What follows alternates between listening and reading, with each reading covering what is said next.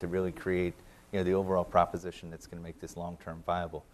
Never forget, though, that this only works where we have the full cycle of services engaged. A solution based on product only doesn't have long-term viability. You have to have the full suite of solutions as well as a service model that ties it together. And again, that's where driving the integrated solution with the business model and the applications makes the most sense. But it's not just based on your applications and your skin in the game and your signing up for the network. There's other sources of funding that are out there. Now, the interesting thing is we've taken a look at it. This is not easy to go out and get this money. There are very specific ways to go after it, but there's a lot of money that is available, for these types of initiatives. If you only go out and you say, you know what, federal government, I want you to fund my municipal wireless network, that doesn't work. We need to tie it back to the specific initiatives, how we drive overall interoperability, first responders, the overall public safety strategy, and there's ways that you can do that. Now, for us, we've actually started working with an organization called the Grants Office. The Grants Office helps us educate our customers as to what those key initiatives are that will help drive the most grants money as you look forward to this. And the general process is you just have to ask, what is the network going to be used for? What are the agencies that are going to be involved in the effort, and who all could participate? How do we make this an encompassing project? And then, we use the Grants Office. It's not a Cisco organization, but they really are domain experts in this space. And they are available to, both for the education process, as well as they can help you actually write the grant. But, we're looking at how do we drive that. But again, never forget, applications are the key. Okay, whether we're talking about, from a service provider model, where the service provider and a public-private partnership owns the network, where they're looking at revenue production capabilities, such as the overall subscription rates, or advertising-based, that creates a revenue model for them to have sustainability. But it's also about what does the municipality get out of this? How do we change the model for the municipality so that we create opportunities for video surveillance, for mobile law enforcement? Think about the capabilities that a police officer has in a precinct. And how do I extend those capabilities out so that it's available to them in the car? So that I now have a mobile precinct that has all the same functionality. So as that police officer walks up to that car with his handheld with a thumbprint identification on it, and he can get the information from the driver to see if really it's who they say they are.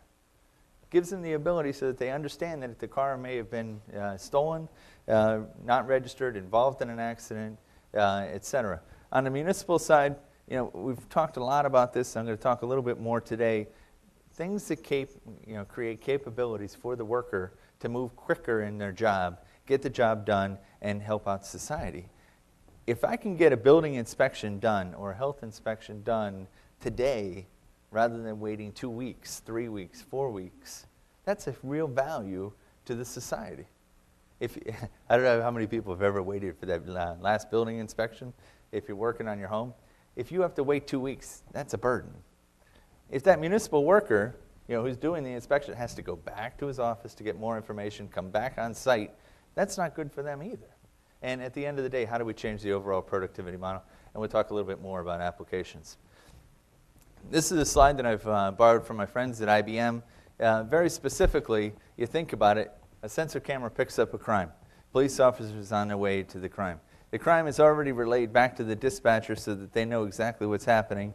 And as the police dispatch car gains access, as he rolls up outside of the bank, they have access to the inside view of what's going on in the bank. They know what the hostage environment is.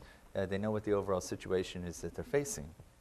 We hear about news stories all the time where people show up on the crime scene and walk into a situation where they're just not aware of what the full impact of the situation is. How do we help that police officer take advantage of everything that that the city has already put in place to get them the ability that when they show up, they have access to information that's going to help them do their job more effectively, quicker, and with the ability to save lives.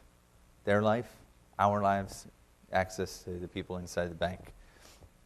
Video analytics, another hot topic. Very big. Video surveillance is huge, not only to see what's supposed to be there, but the opportunity to see what's not there.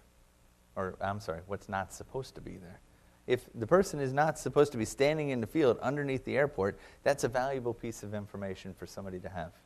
And it's especially interesting as you start taking a look at the ability for us to start looking at the camera information and what Google has been able to do with the printed word.